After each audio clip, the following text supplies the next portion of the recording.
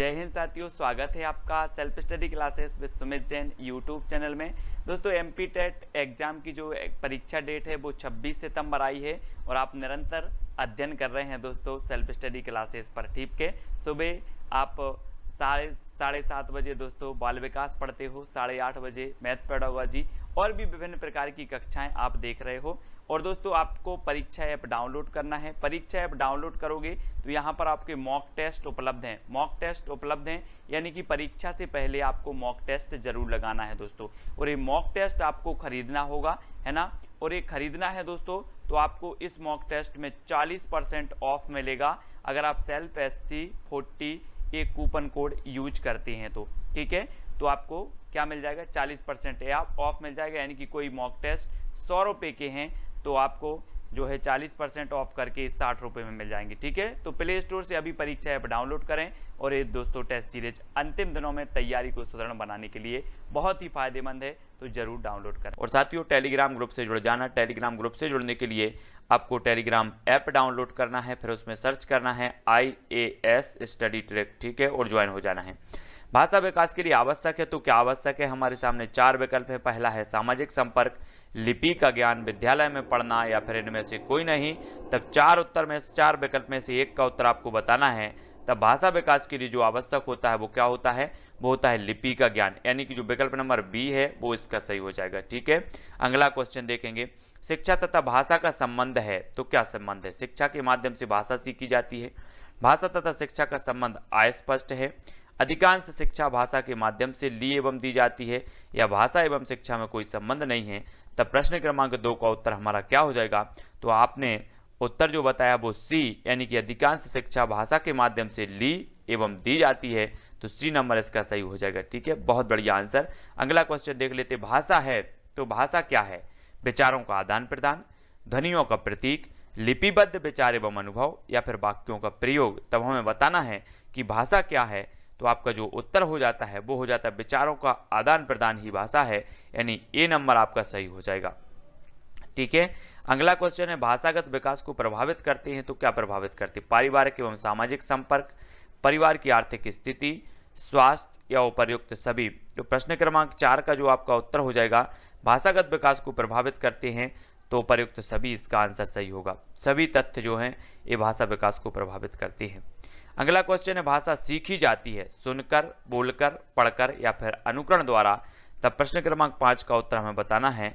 तो सभी लोगों ने बताया है कि भाषा सीखी जाती है अनुकरण द्वारा सीखी जाती है। D नंबर इसका सही हो जाएगा। ठीक है, अनुकरण द्वारा। नेक्स्ट है भाषा शब्द की उत्पत्ति हुई है, तो कैसे हुई है। शिक्ष धातु से, भाष धातु से, दिव्य धातु से, या इनमें से कोई नहीं। तब प्रश्न क्रमांक 6 का जो आपका आंसर हो जाएगा दोस्तों कि भाषा शब्द की जो उत्पत्ति हुई वो भाष धातु से हुई है। JMP टेट वर्ग 1 में क्वेश्चन पूछा गया था भाष धातु से। व्यापम ने भस कर दिया था, भस से माना था, भस से। तो ये जो भाष धातु से हुई है याद रख लेना। हिंदी भाषा किस लिपि से संबंधित है, प्रश्न क्रमांक 7 का उत्तर बताना है। तब सभी को पता है हिंदी भाषा देवनागरी लिपि, यानी जो विकल्प नंबर B है वो इसका सही हो जाएगा। ठीक है, बहुत बढ़िया। हिंदी भाषा का जन्म हुआ है तो किससे हुआ है, लौकिक संस्कृत से, मागधी से, वैदिक संस्कृत से, या पाली प्राकृत से।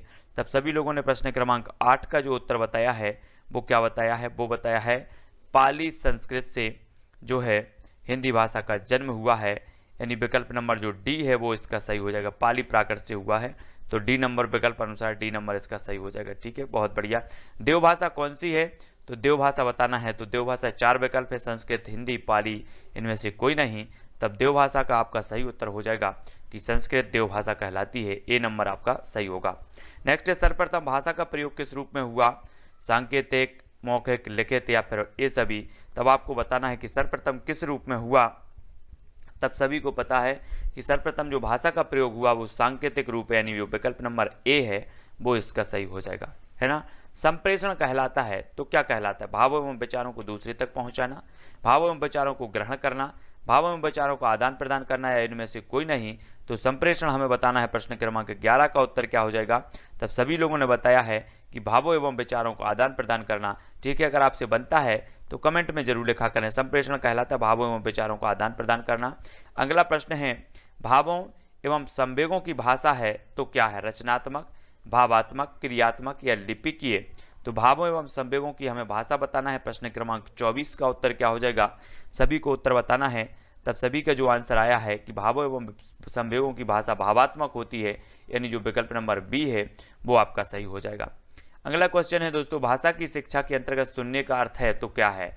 भाषा की शिक्षा के अंतर्गत सुनने का अर्थ क्या है ना, ध्वनि संकेतों का श्रवण, केवल ध्वनि संकेतों का श्रवण, या बोधपूर्वक श्रवण, या ध्यानपूर्वक श्रवण।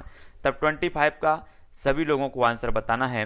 सभी लोगों ने जो आंसर बताया है वो बताया है सी, यानी कि बोधपूर्वक श्रवण, ये जो है भाषा की शिक्षा के अंतर्गत सुनने का अर्थ हो जाएगा। विकल्प नंबर सी इसका सही होगा। अगला क्वेश्चन देख लेते हैं। अगला जो क्वेश्चन है कि मनुष्य को अपने दैनिक जीवन में सबसे अधिक क्रिया करनी पड़ती है, तो आपको बताना है सुनने की, पढ़ने की, लिखने की या बोलने की। तो 26 का आंसर सभी को बताना है। सभी को कौशल पता है, भाषा के कौशल होते हैं ये सुनना, पढ़ना, बोलना, लिखना। अब आपको बताना है कि सबसे अधिक जो क्रिया होती है वो कौन सी करनी पड़ती है। तब 26 का आपका आंसर हो जाएगा क्या, सुनने की करनी पड़ती है, यानी जो विकल्प नंबर ए है वो इसका सही हो जाएगा। बाल मनोविकास का प्रधान साधन है तो क्या है। 27 का आंसर हमें बताना है, बाल मनोविकास का प्रधान साधन कौन सा है। सभी लोग उत्तर बताएंगे। सभी लोगों का जो आंसर आया है वो क्या आया है, वो आया है बाल मनोविज्ञान का जो है बाल मनोविकास का प्रधान साधन है मातृभाषा की शिक्षा, यानी जो विकल्प नंबर बी है वो इसका सही हो जाएगा। बहुत बढ़िया आंसर। बालक के संवेगों, स्थायी भावों का मातृभाषा से कैसा संबंध है। 28 का आंसर हमें बताना है, घनिष्ठ, सामान्य, अच्छा या इनमें से कोई नहीं। तब 28 का सभी लोगों का जो आंसर है वो है घनिष्ठ। बालक के संवेगों, स्थायी भावों का मातृभाषा से संबंध होता है तो घनिष्ठ होता है। अगला क्वेश्चन है, बालकों का बौद्धिक, नैतिक एवं सांस्कृतिक विकास निर्भर करता है तो काय पर निर्भर करता है। खेल क्षमता पर, भाषा क्षमता पर, अध्ययन क्षमता पर या इनमें से कोई नहीं। तब 29 का सभी लोगों को उत्तर बताना है। उत्तर हो जाएगा भाषा क्षमता पर, यानी जो विकल्प नंबर बी है वो इसका सही हो जाएगा, है ना। बालकों का बौद्धिक, नैतिक एवं सांस्कृतिक विकास निर्भर करता है तो भाषा क्षमता पर निर्भर करता है। वर्णमाला है तो क्या है, सभी को बताना है। वर्णों का समूह, शब्दों का समूह, वाक्यों का समूह या फिर ए सभी। तो प्रश्न क्रमांक 30 का उत्तर सभी लोगों को बताना है। तब आपका विकल्प जो ए है वो इसका सही हो जाएगा। वर्णमाला जो है ये वर्णों का समूह कहलाती है, ये नंबर इसका सही हो जाएगा। शब्द भंडार द्योतक हैं तो किस चीज के द्योतक हैं, भाषा विकास का, शारीरिक विकास का, मानसिक विकास का या फिर इनमें से कोई नहीं। तब आपको उत्तर बताना है। प्रश्न क्रमांक 31 का उत्तर सभी लोग उत्तर बताएंगे। उत्तर जो आपका हो जाएगा दोस्तों वो क्या होगा, 4 विकल्प हैं और 4 में से एक का चयन हमें करना है। तो सभी लोगों ने बताया है भाषा विकास का, शब्द भंडार द्योतक होता है भाषा विकास का। बहुत बढ़िया। अगला क्वेश्चन है, मौखिक भाषा की अंतिम इकाई क्या है। मौखिक भाषा की अंतिम इकाई बताना है। 32 का वर्ण, ध्वनि, वचन या फिर ए सभी। तो सभी लोग उत्तर बताएंगे। उत्तर क्या हो जाएगा, मौखिक भाषा की अंतिम इकाई क्या होती है। तब सभी लोगों ने जो उत्तर बताया है 32 का वो बताया है बी, कि मौखिक भाषा की जो लघुत्तम इकाई होती है वो होती है ध्वनि, यानी बी नंबर इसका सही हो जाएगा। हिंदी भाषा में वर्णों को कितने भागों में बांटा गया है, जल्दी से बताना है, 1, 2, 3 या फिर 4। तो 33 का आंसर सभी ने बताया है कि हिंदी भाषा को स्वर और व्यंजनों में बांटा गया है, भाषा में वर्णों को, है ना, यानी कि 2 इसका सही हो जाएगा। उपभाषा किसी भाषा का कौन सा रूप है। 34 का आंसर सभी लोग बताएंगे। उपभाषा किसी भाषा का कौन सा रूप है, स्थानीय रूप, सूक्ष्म रूप, बृहद रूप या इनमें से कोई नहीं। तो 34 का सभी लोगों को आंसर बताना है। सभी लोगों ने जो आंसर बताया है 34 का वो बताया है स्थानीय रूप। उपभाषा किसी भाषा का कौन सा रूप है तो वो स्थानीय, यानी विकल्प नंबर ए इसका सही हो जाएगा। ठीक है, बहुत बढ़िया। निम्नलिखित में से कौन सी हिंदी की उपभाषा है, तब आपको बताना है बिहारी हिंदी, पूर्वी हिंदी, स्थानीय राजस्थानी हिंदी या ये सभी। 35 का सभी लोग आंसर बताएंगे कौन सी हिंदी की उपभाषा है। तो सभी का आंसर फटाफट से आनी चाहिए। तब आपका उत्तर होता है ये सभी, बिहारी हिंदी भी, राजस्थानी हिंदी भी और पूर्वी हिंदी, ये सभी हिंदी भाषा की उपभाषाएं मानी जाती हैं। तब अगला क्वेश्चन है दोस्तों, उपभाषा में कितने प्रकार की बोलियां सम्मिलित होती हैं, 1, अनेक, 2 या इनमें से कोई नहीं। तब 36 का आंसर सभी लोगों को बताना है। सभी लोग जो आंसर बता रहे हैं वो क्या बता रहे हैं, वो बता रहे हैं अनेक। उपभाषा में कितने प्रकार की बोलियां सम्मिलित हैं, तो अनेक बोलियां सम्मिलित हैं। 36 का बी आंसर आपका सही हो जाएगा। अगला क्वेश्चन देखेंगे दोस्तों, सीखने के प्रमुख नियमों का प्रतिपादन किसने किया। 51 का उत्तर आपको बताना है। सभी लोग उत्तर बताएंगे। सीखने के प्रमुख नियमों का जो प्रतिपादन किया है वो किसने किया है। तब आपका उत्तर क्या हो जाएगा, जल्दी से सभी लोग उत्तर बताएंगे। तब सभी ने उत्तर बताया है थांडाइक महोदय ने सीखने के नियमों का प्रतिपादन किया है ना, बहुत बढ़िया, ए नंबर इसका सही होगा। नवीन अनुबंधन सिद्धांत के प्रवर्तक कौन है, बताना है आपको, नवीन अनुबंधन सिद्धांत के प्रवर्तक। तो उत्तर क्या होगा, स्किनर, कोहलर, पावलोव या टर्मन। तब 52 का सभी लोगों ने जो उत्तर बताया वो बताया है कि नवीन अनुबंधन सिद्धांत के प्रवर्तक हैं स्किनर, यानी विकल्प नंबर जो ए है वो इसका सही हो जाएगा। अनुकरण का सिद्धांत किसने दिया है, वुडवर्थ ने, स्किनर ने, हिलगार्ड या फिर वाटसन ने। तब 53 का सभी लोगों को उत्तर बताना है, फटाफट से सभी लोग उत्तर बताएंगे। आपका जो आंसर हो जाएगा ये अनुकरण का सिद्धांत दिया हिलगार्ड, यानी विकल्प नंबर जो सी है वो इसका सही हो जाएगा। सीखने से परिवर्तन होता है तो किसका परिवर्तन, व्यक्ति के व्यवहार में, व्यक्ति की मूल प्रवृत्तियों में, व्यक्ति की प्रेरणाओं में, उपर्युक्त सभी में। तो सीखने में परिवर्तन होता है, किस में होता है, सभी लोग उत्तर बताएंगे। तब उत्तर होगा व्यक्ति के व्यवहार में, यानी कि जो विकल्प नंबर ए है वो इसका सही हो जाएगा। ठीक है, बहुत बढ़िया आंसर। प्रारंभ में बालक किस प्रकार सीखता है, आपको बताना है 55 का उत्तर, त्रुटि एवं प्रयत्न द्वारा, परीक्षण द्वारा, सूझ द्वारा या विभेदीकरण द्वारा। तब सभी लोग उत्तर बताएंगे, अगर आपसे बनता है तो सभी लोगों ने उत्तर बताया है त्रुटि एवं प्रयत्न द्वारा। प्रारंभ में बालक किस प्रकार सीखता है, तो त्रुटि एवं प्रयत्न द्वारा सीखता है, ए नंबर इसका सही हो जाएगा। किस विधि द्वारा विषय को सीखने में समय की बचत होती है, तो 56 का आंसर सभी लोग बताएंगे, किस विधि द्वारा विषय को सीखने में समय की बचत होती है। तब सभी लोगों ने जो आंसर बताया है वो बताया है बी, यानी कि सूझ विधि द्वारा, बी नंबर इसका सही होगा, है ना, बहुत बढ़िया आंसर। नेक्स्ट है प्रगतिशील व्यवहार व्यवस्थापन की प्रक्रिया को अधिगम कहते हैं, यह कथन किसका है, स्किनर का, पावलोव का, डार्विन या फिर क्रो या क्रो का। तब 57 का आंसर हमें बताना है, आपका जो आंसर आ रहा है वो हो जाएगा स्किनर महोदय का है, तो ए नंबर आपका सही हो जाएगा, बहुत बढ़िया आंसर।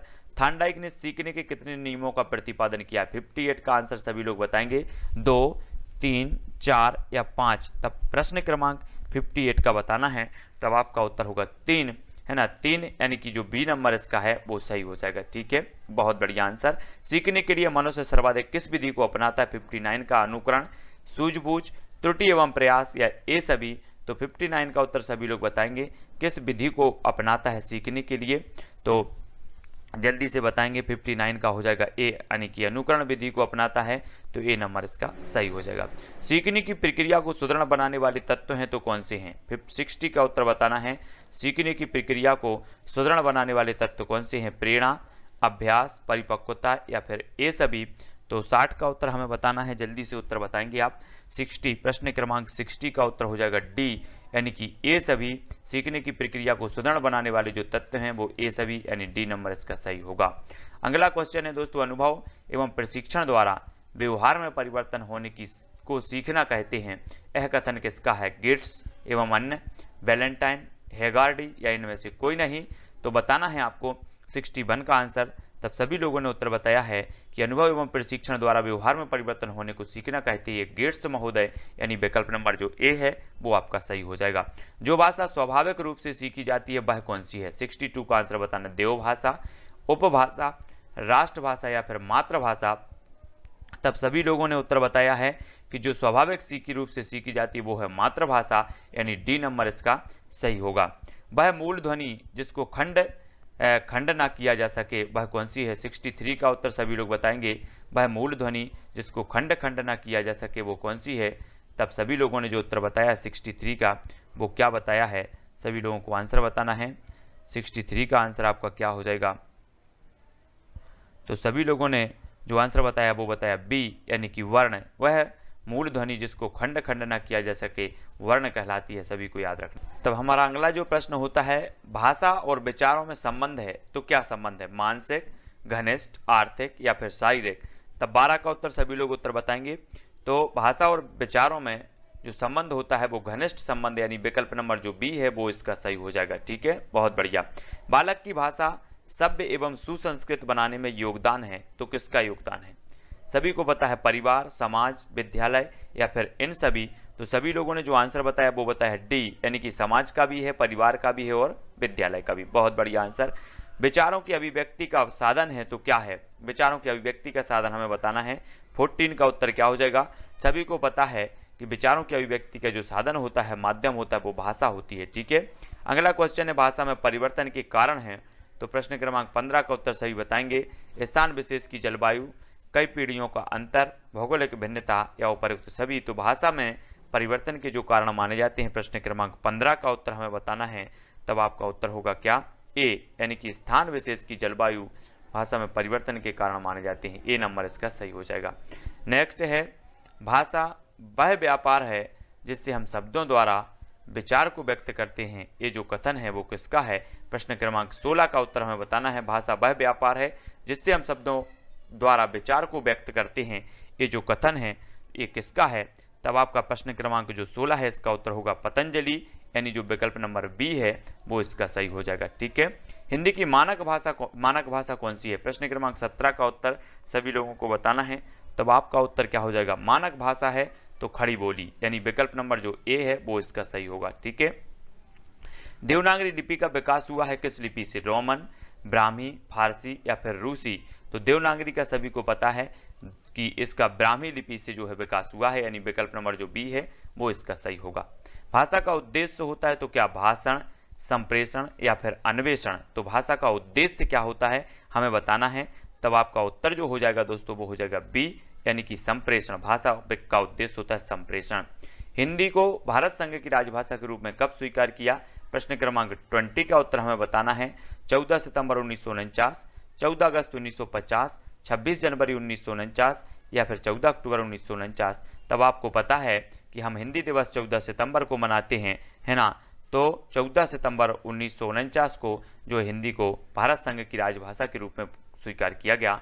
भाषा का मानक रूप बालक कहाँ सीखता है? मानक रूप बताना है। 21 का आंसर हमें बताना है कि जो भाषा का मानक रूप है वो कहाँ पर सीखता है। तब सभी को पता है कि वो विद्यालय में, यानी कि विकल्प नंबर जो डी है वो इसका सही हो जाएगा। ठीक है, बहुत बढ़िया। अगर आपसे बनते हैं तो उत्तर जरूर बताया करो।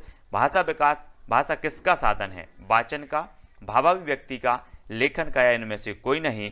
तब प्रश्न क्रमांक अपना 22 का उत्तर होगा भावाभिव्यक्ति का साधन माना जाता है। बी नंबर इसका सही हो जाएगा। मनुष्य के मानसिक विकास के लिए मातृभाषा उतनी ही आवश्यक है जितना कि बच्चे के शारीरिक विकास के लिए माँ का दूध। यह कथन किसका है? तो 23 का सभी लोगों को आंसर बताना है। तब ये हो जाएगा कथन महात्मा गांधी, यानी जो विकल्प नंबर ए है वो इसका सही हो जाएगा। ठीक है, बहुत बढ़िया आंसर। अगला क्वेश्चन देख लेते हैं। रचना की दृष्टि से जो है भाषा की सबसे छोटी इकाई होती है तो क्या होती है? वर्ण, शब्द, वाक्य या फिर शब्द भंडार। तो रचना की दृष्टि से भाषा की सबसे छोटी इकाई क्या होती है सभी को बताना है। तब सभी लोगों का जो उत्तर आ रहा है वो आ रहा है ए, यानी कि रचना की दृष्टि से वर्ण होती है। और अगर आपसे पूछा जाए कि अर्थ की दृष्टि से, तो अर्थ की दृष्टि से शब्द होती है सबसे छोटी। तो याद रख लेना। लिपि है तो क्या है? वर्णों की व्यवस्था, वाक्यों की व्यवस्था, शब्दों की व्यवस्था, इनमें से कोई नहीं। तो लिपि क्या है? 38 का आंसर सभी लोग बताएंगे। तब सभी का आंसर है वर्णों की व्यवस्था क्या कहलाती है? लिपि कहलाती है। ए नंबर इसका सही हो जाएगा। अगला क्वेश्चन है भाषा का ग्रहण पक्ष है तो कौन सा है? सुनना, पढ़ना, सुनना एवं पढ़ना या फिर लिखना। तो भाषा का ग्रहण पक्ष कौन सा कहलाता है? तब सभी लोगों ने आंसर बताया है कि सुनना एवं पढ़ना ये ग्रहण पक्ष कहलाते हैं, यानी कि सुनने से भी ग्रहण होता है, पढ़ने से भी। ठीक है, बहुत बढ़िया। अगला क्वेश्चन है बोलना एवं लिखना भाषा के किस पक्ष को प्रदर्शित करता है? तब 40 का आंसर सभी लोग बताएंगे। जल्दी जल्दी से बताना है। तो सभी लोगों ने जो उत्तर बताया है वो बताया है बोलना एवं लिखना भाषा के किस पक्ष को प्रदर्शित करता है? तो अभिव्यक्ति पक्ष को, यानी विकल्प नंबर जो ए है वो आपका सही हो जाएगा। नवजात शिशु की भाषा किस रूप में होती है? 41 का उत्तर बताना है। नवजात शिशु की जो भाषा है वो किस रूप में होती है? रुदन, क्रंदन, बलबलाना या फिर कुइंग। तो नवजात शिशु की भाषा बताना है। तो आपका जो आंसर हो जाएगा 41 का वो हो जाएगा रुदन, यानी विकल्प नंबर जो ए है वो आपका सही होगा। ठीक है, बहुत बढ़िया। हिंदी वर्णमाला में कुल कितने प्रकार के व्यंजन हैं? सभी लोग बताएंगे। व्यंजन बताना है, व्यंजन कितने प्रकार के होते हैं? तो 42 का आंसर सभी को बताना है। तब आपका उत्तर होगा 3 प्रकार के व्यंजन होते हैं हिंदी वर्णमाला में। तो सभी को याद रख लेना कितने प्रकार के? 3 प्रकार के, है ना। भाषा विकास को प्रभावित करने वाला कारक है तो कौन सा? 43 भाषा विकास को परिपक्वता, स्वास्थ्य, प्रेरणा या ये सभी। तो भाषा विकास को सभी को पता है कि प्रेरणा भी करती है, परिपक्वता और स्वास्थ्य सभी को करते हैं। तो 43 का आंसर क्या होगा? डी हो जाएगा। ठीक है, निम्न में से कौन सा वाणी विकार है? वाणी विकार बताना है। तुतलाना, हकलाना, अस्पष्ट उच्चारण या फिर ए सभी, तो सभी लोगों को पता है कि तुतलाना भी है, अस्पष्ट उच्चारण भी है, यानी डी नंबर जो है वो इसका सही हो जाएगा। ठीक है। प्रत्येक भाषा में वाणी ध्वनियां होती हैं, वाणी ध्वनियां होती हैं 2 प्रकार की, सीमित संख्या में, असंख्य प्रकार की या केवल संयुक्त। तो 45 का आंसर सभी लोगों ने जो बताया है दोस्तों वो क्या बताया, वो बताया ए, यानी कि 2 प्रकार की होती है, प्रत्येक भाषा में वाणी ध्वनियां होती हैं 2 प्रकार की, तो ये नंबर इसका सही होगा। अगला क्वेश्चन है लिखना पढ़ना संकेतों का प्रयोग निम्न में से किसके अंतर्गत आता है, जल्दी से बताओ। 46 का आंसर आपको बताना है, तो सभी लोग इसका उत्तर बताएंगे, इसका उत्तर होगा वाणी, वाणी के अंतर्गत आता है, बी नंबर इसका सही हो जाएगा। ठीक है, बहुत बढ़िया आंसर सभी लोगों ने बताया है ना। लिखना पढ़ना संकेतों का प्रयोग निम्न में से किसके अंतर्गत आता है, तो वाणी के अंतर्गत आता है। तब हमें उत्तर बताना है शिशु में क्रंदन कब होता है, क्रंदन बताना है, जल्दी से बताएंगे उत्तर क्या होगा।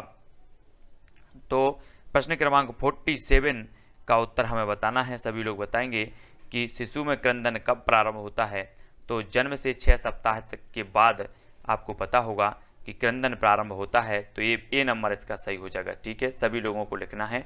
तो अगला क्वेश्चन है मनोवैज्ञानिक दृष्टि से शिक्षा की सार्वभौमिक प्रक्रिया है तो कौन सी है। 48 का सभी लोग उत्तर बताएंगे, 48 का जो उत्तर हो जाएगा वो क्या होगा, तो मनोवैज्ञानिक दृष्टि से शिक्षा की सार्वभौमिक जो प्रक्रिया है वो कौन सी है, अधिगम, यानी विकल्प नंबर जो ए है वो आपका सही हो जाएगा। मनुष्य की संस्कृति व सभ्यता का विकास होता है तो कैसे होता है, पाठन क्रिया द्वारा, लेखन क्रिया द्वारा, भाषा द्वारा, इनमें से कोई नहीं। तब सभी लोगों ने उत्तर बताया है 49 का सी, यानी कि भाषा द्वारा होता है संस्कृति व सभ्यता का विकास। बहुत बढ़िया आंसर। नेक्स्ट है बालकों को इस योग्य बनाना है कि वे नवीन ज्ञान कौशल को भली भांति सीख सकें, किस शिक्षण पद्धति के द्वारा होता है, तो 50 का उत्तर सभी लोगों को बताना है, सभी लोग जल्दी जल्दी से बताएंगे। 50 प्रश्न क्रमांक 50 का उत्तर बताना है, तब आपका जो 50 का उत्तर हो जाएगा वो क्या होगा, सी, यानी कि अधिगम शिक्षण प्रणाली द्वारा होता है, सी नंबर इसका सही हो जाएगा। ठीक है, बहुत बढ़िया आंसर। अगला क्वेश्चन देख लेते हैं, भाषा शिक्षण का सामान्य उद्देश्य क्या है, तो 64 का सभी लोगों को उत्तर पता है कि क्या हो जाएगा, वो हो जाएगा डी, यानी कि पढ़कर अर्थ ग्रहण कर सकें, बोलकर अपनी बात कह सकें, दूसरों की बात सुनकर समझ सकें, ये जो भाषा शिक्षण का सामान्य उद्देश्य माना जाता है। कक्षा में मौखिक कार्य के अंतर्गत कौन सी क्रिया कराई जा सकती है, तो मौखिक कार्य के अंतर्गत जो होती है वो 65 का, तब आपका आंसर होगा बालकों को अक्षर बोध कराना, विभिन्न अक्षरों की ध्वनियों का बोध, या बालकों की बलाघात का ज्ञान करना, जो है 4 नंबर इसका सही होगा।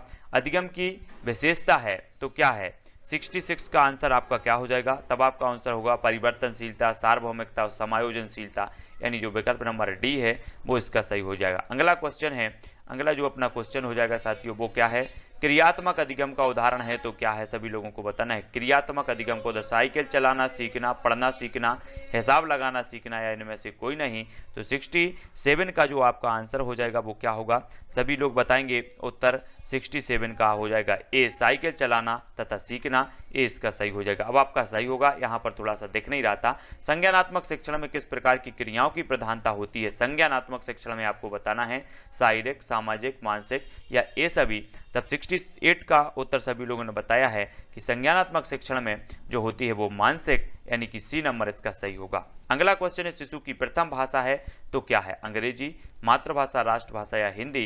तब सभी को पता है मातृभाषा, यानी जो विकल्प नंबर बी है वो आपको याद रखना है। ठीक है, निरर्थक शब्द वे शब्द होते हैं जिनको लिखने से कोई अर्थ स्पष्ट नहीं होता, जिनको पढ़ने से कोई अर्थ नहीं निकलता, जिनको लिखने पढ़ने सुनने से कोई अर्थ नहीं प्रकट होता है, इनमें से कोई नहीं।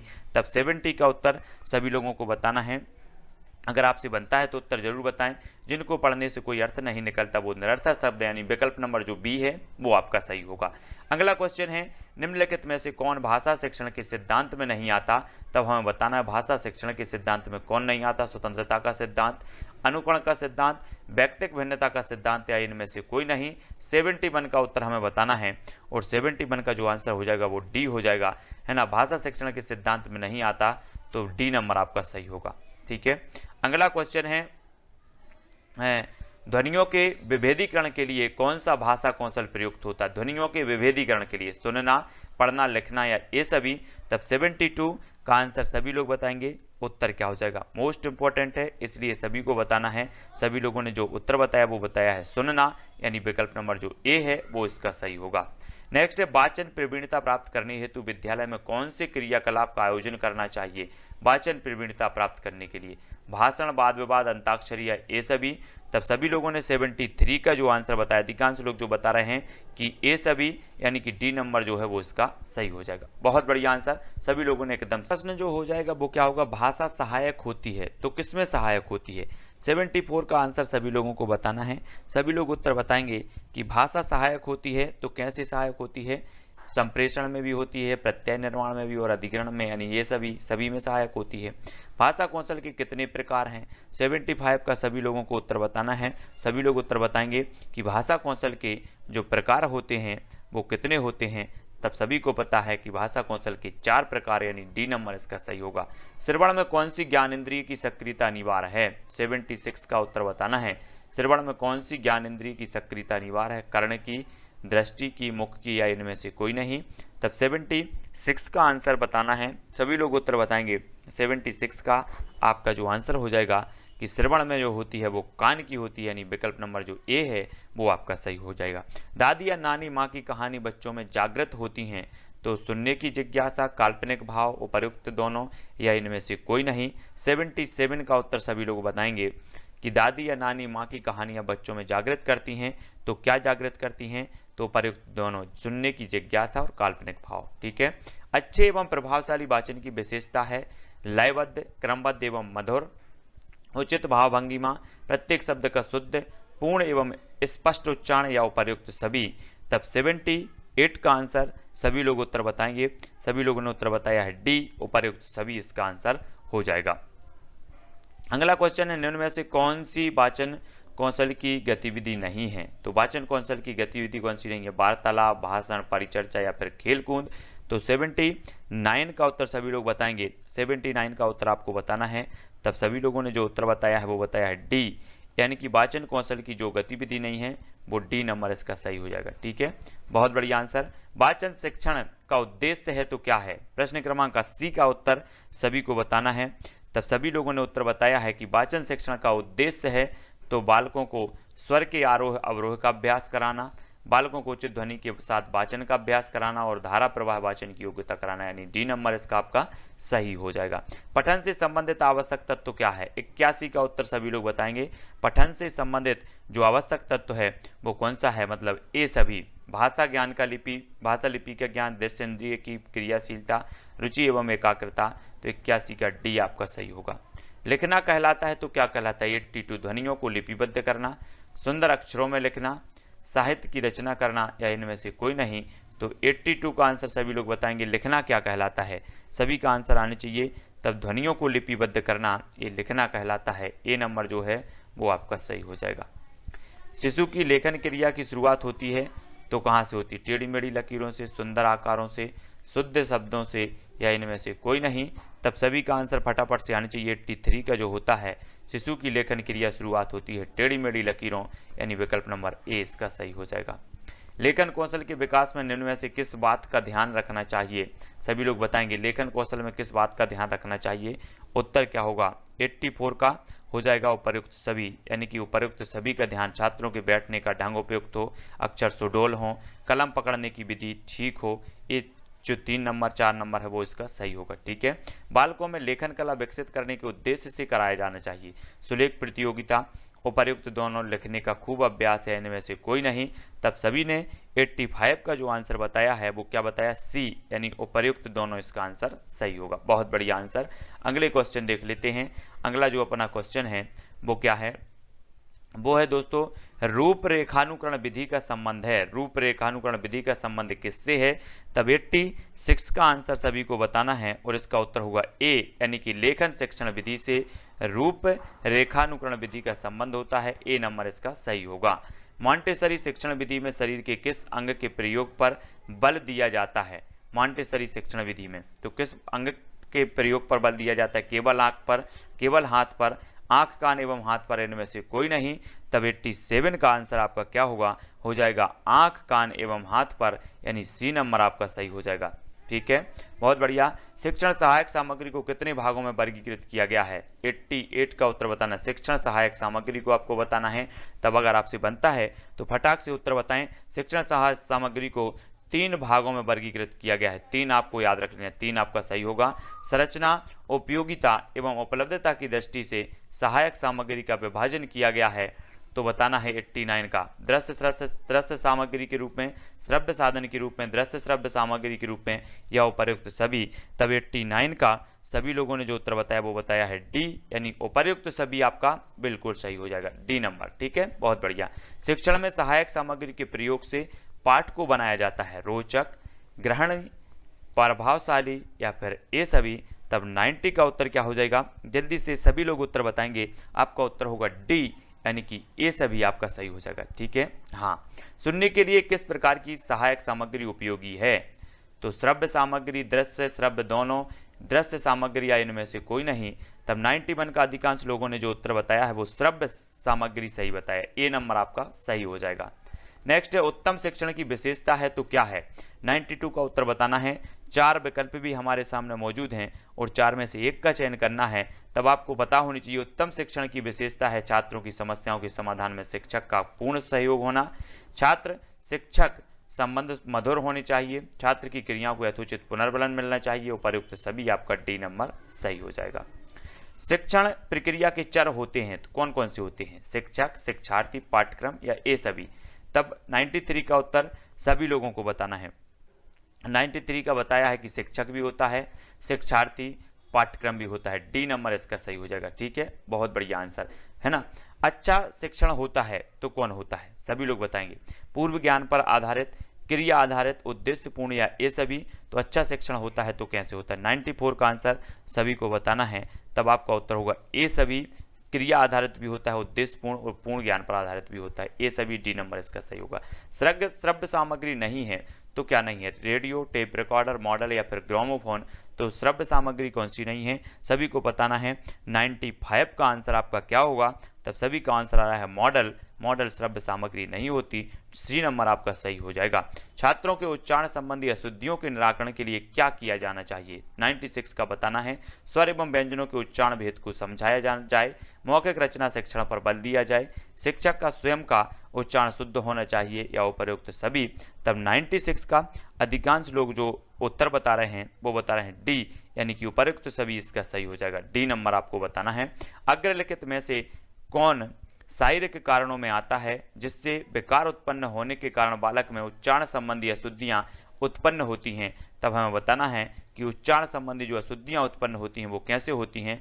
जिह्वा, नाक, होंठ या फिर ये सभी, तब हमें 97 का उत्तर सभी लोग बताएंगे, तो ये सभी इसका सही हो जाएगा। ठीक है, सहचार विधि में भाषा की आरंभिक शिक्षा प्रदान की जाती है खेल खेल में, वाद विवाद द्वारा, चित्रांकन द्वारा या निबंध द्वारा, तो सहचर विधि में भाषा की आरंभिक शिक्षा प्रदान की जाती है तो कैसे की जाती है? 98 का बताना है, तो इसका उत्तर होगा खेल खेल में, यानी ए नंबर जो है वो आपका सही हो जाएगा। हिंदी शिक्षण को प्रभावशाली बनाने का साधन है तो क्या है? पाठ्यपुस्तक, मानचित्र, ब्लैक बोर्ड या ये सभी, तो उत्तर बताना है। 99 का सभी लोग उत्तर बताएंगे, मोस्ट इंपॉर्टेंट है, सभी को बताना है, तब सभी ने उत्तर जो बताया है वो बताया है ये सभी, है ना। हिंदी शिक्षण को प्रभावशाली बनाने का साधन पाठ्यपुस्तक भी, मानचित्र और ब्लैक बोर्ड, ये सभी इसका सही होगा। कविता शिक्षण का मुख्य लक्षण क्या है? कविता का भावार्थ बताना, शब्द भंडार में वृद्धि करना, उच्चारण संबंधी दोषों का निवारण या इनमें से कोई नहीं, तब प्रश्न क्रमांक 100 का उत्तर हमें बताना है कविता शिक्षण का मुख्य लक्ष्य क्या होता है? बहुत बढ़िया आंसर बता रहे हैं, 100 का हो जाएगा ए, यानी कि कविता का भावार्थ बताना इसका सही होगा। ठीक है, अगला क्वेश्चन देख लेते हैं। प्राथमिक स्तर पर कविता शिक्षण की प्रणाली है तो क्या है? गीत, अभिनय, व्याख्या या फिर ए और सी दोनों, तो प्राथमिक स्तर पर बताना है, तब आपका 101 का आंसर क्या होगा? अधिकांश लोगों ने बताया है डी, यानी प्राथमिक स्तर पर कविता शिक्षण प्रणाली है तो वो है ए और सी दोनों, डी नंबर आपका सही होगा। भाषा पढ़ने में पाठ्य पुस्तक है तो क्या है? एक साधन है, साध्य है, प्रसाधन है या फिर असाध्य है, तो भाषा पढ़ाने में जो पाठ्य पुस्तक है वो क्या है? तब आपका उत्तर होगा एक साधन है पाठ्य पुस्तक, ए नंबर इसका सही होगा। अच्छे पाठ्य पुस्तकों का गुण नहीं है तो क्या नहीं? क्रमबद्धता, सोद्देश्यता, सार्थकता या अनुपयुक्तता, तब जल्दी से उत्तर हमें बताना है, सभी ने बताया है डी, बहुत बढ़िया आंसर। उपचारात्मक शिक्षण का तात्कालिक लक्ष्य क्या है? उपचारात्मक शिक्षण का 104 का उत्तर बताना है। तो उत्तर इसका हो जाएगा उपचारात्मक शिक्षण का तात्कालिक लक्ष्य होता है छात्र की अधिगम समस्या तथा कठिनाई को हल करना, मतलब जो विकल्प नंबर ए है वो आपका सही हो जाएगा। उच्च प्राथमिक स्तर पर कविता शिक्षण के लिए कौन सी विधि अपनाई जाती है? 105 का उत्तर सभी लोग बताएंगे। 105 का उत्तर हो जाएगा दोस्तों सी, व्याख्या विधि। उच्च प्राथमिक स्तर पर कविता शिक्षण के लिए कौन सी विधि अपनाई जाती है? तो व्याख्या विधि अपनाई जाती है, यानी सी इसका सही होगा। पूर्व माध्यमिक स्तर पर छात्रों को रचना का ज्ञान देने के लिए कराया जाना चाहिए, तो क्या कराया जाना चाहिए? 106 का उत्तर सभी को बताना है। तब सभी लोगों ने 106 का जो उत्तर बताया वो सी बताया है, यानी देखी हुई घटनाओं का वर्णन कराना, यानी सी नंबर आपका सही होगा। छात्रों को उपचारात्मक शिक्षण प्रदान करने की सबसे सुगम विधि है, तो क्या है? उपचारात्मक शिक्षण जो है प्रदान करने की सबसे सुगम विधि क्या मानी जाती है? तब प्रश्न क्रमांक 107 का उत्तर बताया है ए, कक्षा के छात्रों के अधिगम संबंधी दोषों एवं कमजोरियों का निदान कर उनसे मुक्त करना। ए नंबर इसका सही हो जाएगा। ठीक है, बहुत बढ़िया आंसर। और भी आगे देखते हैं, पूरे के पूरे महत्वपूर्ण प्रश्न हैं, आपको बहुत अच्छे से पढ़ना है साथियों। अब आपका उत्तर है लिंगबा फोन किस प्रकार की सहायक सामग्री है? सभी को उत्तर बताना है 108 का। तो बताओ जल्दी से, लिंगबा फोन किस प्रकार की सहायक सामग्री मानी जाती है? तो 108 का आपका हो जाएगा विकल्प नंबर श्रव्य उपकरण मानी जाती है। बी नंबर आपका सही होगा। ठीक है, कहानी शिक्षण में किस बात को ध्यान में रखना आवश्यक है? कहानी शिक्षण में कथा वस्तु बालकों के स्तरानुसार, उसमें गतिशीलता एवं क्रमबद्धता हो, कथा वस्तु में भयानकता एवं विवत्स ना हो, या उपयुक्त सभी। तब 109 का उत्तर बताना है। 109 का अधिकांश लोगों ने बताया है डी, यानी कि डी इसका सही हो जाएगा। मूल्यांकन से क्या तात्पर्य? 110 का उत्तर सतत चलने वाली प्रक्रिया, छात्रों के व्यवहार परिवर्तन की जानकारी, उद्देश्य की पूर्ति का सीमांकन, या मूल्यांकन के जो साथ तात्पर्य हो जाएगा वो क्या होगा? वो होगा उपर्युक्त सभी। डी नंबर इसका सही होगा। हिंदी किस भाषा परिवार की भाषा? मोस्ट इंपॉर्टेंट है। 111 का उत्तर बताना है, तो जल्दी से कमेंट में लिखो 111 का क्या हो जाएगा? तो हिंदी जो भाषा परिवार की भाषा है वो भारोपीय परिवार की। ए नंबर इसका सही होगा। भारत में सर्वाधिक बोली जाने वाली भाषा कौन सी है? 112 का उत्तर सभी को बताना है अवधी, बिहारी, हिंदी या फिर संस्कृत। तो 112 का सभी लोगों ने उत्तर बताया है कि भारत में सर्वाधिक बोली जाने वाली जो भाषा है वो है हिंदी, यानी कि सी नंबर आपका जो है वो सही हो जाएगा। वर्तमान में हिंदी का प्रचलित रूप है तो कौन सा है? वर्तमान में हिंदी का हमें प्रचलित रूप बताना है। प्रश्न क्रमांक 113 का उत्तर बताना है। तो सभी को पता है एक खड़ी बोली है, यानी ए नंबर इसका सही हो जाएगा। मानक भाषा भी इसे माना जाता है खड़ी बोली को। तब हिंदी खड़ी बोली के अपभ्रंश से विकसित हुई है, हमें बताना है। इस प्रकार से कई प्रश्न पूछे जाते हैं। 114 का जो आपका उत्तर हो जाएगा वो होगा सोर्स, यानी अपभ्रंश से खड़ी बोली जो है विकसित हुई है ना, याद रखना है। हिंदी की आदि जननी क्या है? 115 का उत्तर सभी लोग बताएंगे आदि जननी कौन सी भाषा है? तब सभी को पता है हिंदी की आदि जननी है संस्कृत, यानी कि सी नंबर आपका सही होगा। छात्रों को बोलना सीखने के लिए विद्यालय में निम्नलिखित क्रियाकलापों में से किसका प्रयोग नहीं किया जा सकता? तो वार्तालाप, प्रश्नोत्तरी, अंत्याक्षरी या फिर चिंतन विधि का तो किसका प्रयोग नहीं किया जा सकता? 116 का जो आंसर आप लोग बता रहे हैं वो बता रहे हैं चिंतन विधि का, यानी विकल्प नंबर जो डी है वो इसका राइट आंसर होगा। अगला क्वेश्चन, अध्यापक बोलते जाते हैं और छात्र सुनकर लिखते जाते हैं, इसे क्या कहते हैं? 117 का उत्तर बताना है श्रुति लिपि, सुलेख, देवनागरी लिपि या फिर वर्ण लिपि। तब 117 का आंसर आपका होगा कि अध्यापक बोलते जाते हैं और छात्र सुनकर लिखते जाते हैं, इसे जो कहा जाएगा वो कहा जाएगा श्रुत लिपि, यानी विकल्प नंबर जो ए है वो आपका सही होगा। किस परीक्षा में पक्षपात का कोई स्थान नहीं होता? 118 का सभी लोग उत्तर बताएंगे पक्षपात का कोई स्थान नहीं होता वैधता में, वस्तुनिष्ठता में, निबंधात्मक में या फिर ये सभी। तो 118 का आपका उत्तर होगा वस्तुनिष्ठता, यानी विकल्प नंबर सी जो है वो आपका बिल्कुल सही हो जाएगा। अगला क्वेश्चन है, कौन सी परीक्षा अच्छे और कमजोर बालकों में भेद स्थापित करने में सक्षम है? तो निबंधात्मक, वस्तुनिष्ठ, मौखिक या फिर ये सभी। तो 119 का उत्तर बताना है। तो वस्तुनिष्ठ जो परीक्षा होती है वो अच्छे और कमजोर बालकों में भेद स्थापित करने में सक्षम है, यानी जो विकल्प नंबर बी है वो आपका सही होगा। कहानियों के माध्यम से बालकों के ज्ञान को परिवर्तित एवं परिमार्जित करने का मुख्य उत्तरदायित्व किसका है? तो 120 का उत्तर हमें बताना है मुख्य जो उत्तरदायित्व है वो किसका है? माता पिता का, अध्यापक का, दादी नानी का या फिर मित्रों का। तो 120 का जो आपका उत्तर होगा वो होगा अध्यापक का, यानी बी नंबर जो है वो इसका सही हो जाएगा। ठीक है, बहुत बढ़िया आंसर 120 का। अब अगला हम क्वेश्चन देख लेते हैं। कहानी बच्चों को बहुत पसंद है, कहानी शिक्षण में एक अध्यापक को किस उद्देश्य पर विशेष बल नहीं देना चाहिए, तो किस पर नहीं देनी चाहिए। कहानी द्वारा बालक जीवन की सुंदरता के दर्शन होते हैं। कहानी ही एक सबसे अच्छा साधन है जो बालकों का मनोरंजन करती है।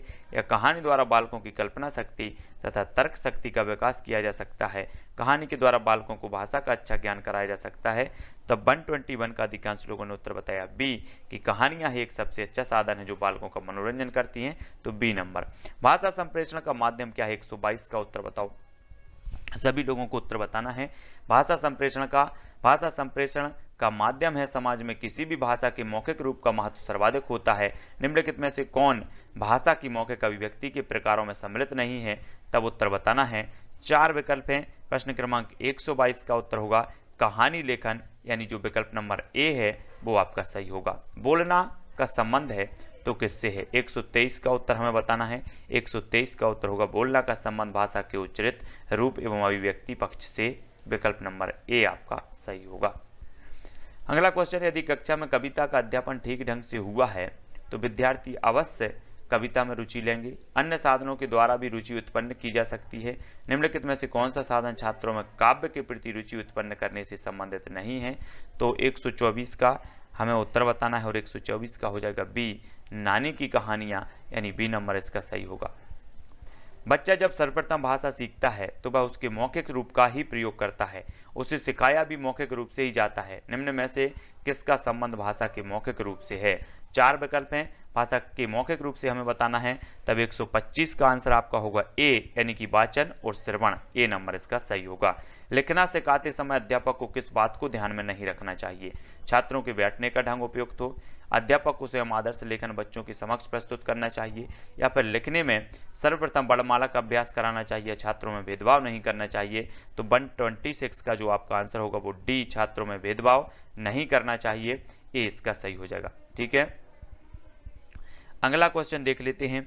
अगला क्वेश्चन, एक शिक्षक पाठ को पढ़ाने के बाद अपने छात्रों को गृहकार देता है, क्यों देता है। 127 का उत्तर, इसका जो सही उत्तर 4 में से हो जाएगा वो हो जाएगा गृहकार करने से जो है छात्रों में स्वाध्याय की जो है आदत का विकास होता है। तब आपको याद रख लेना है। ठीक है, बहुत बढ़िया। और भी क्वेश्चन देख लेते हैं। कुछ और क्वेश्चन है आपके लिए। सुनना भाषाई कौशल का प्रथम सोपान है, क्यों सुनना भाषाई कौशल का प्रथम सोपान माना जाता है। क्यों माना जाता है, क्योंकि आरंभ में बालक अपने माता पिता को बोलते सुनता है और धीरे धीरे अनुकरण करने लगता है। तो ए नंबर जो है वो इसका सही होगा। शैक्षणिक निदान का प्रयोजन है तो क्या है, 129 का उत्तर बताना है। तब सभी लोगों ने बताया कि विषय वस्तु से संबंधित कठिनाइयों एवं कमजोरियों का पता लगाना ये शैक्षणिक निदान का प्रयोजन माना जाता है। ए नंबर इसका सही होगा। शैक्षणिक उपचार का प्रमुख प्रयोजन क्या है, 130 का उत्तर सभी लोग बताएंगे। 130 का जो उत्तर होगा, शैक्षणिक उपचार का प्रमुख जो प्रयोजन होता है वो होता है शैक्षणिक कठिनाइयों एवं दोषों का निवारण। तो दोस्तों यहाँ पर पेडागोजी के लगभग हमने 130 प्रश्नों पर चर्चा की और ये बहुत ही महत्वपूर्ण प्रश्न थे। सभी लोगों को वीडियो को लाइक जरूर करना है, शेयर करना है और इसी प्रकार से अनेकों वीडियो आप तक प्रेषित किए जाएंगे। ठीक है, और सभी लोग टेलीग्राम ग्रुप से अवश्य जुड़ जाना है। टेलीग्राम ग्रुप से जुड़ने के लिए आपको सर्च करना है टेलीग्राम ऐप डाउनलोड करना, उसमें सर्च करना IAS स्टडी ट्रैक और ज्वाइन हो जाना है। ठीक है दोस्तों, वीडियो को लाइक और शेयर अवश्य करें। आज की वीडियो के लिए बस इतना ही। जय हिंद।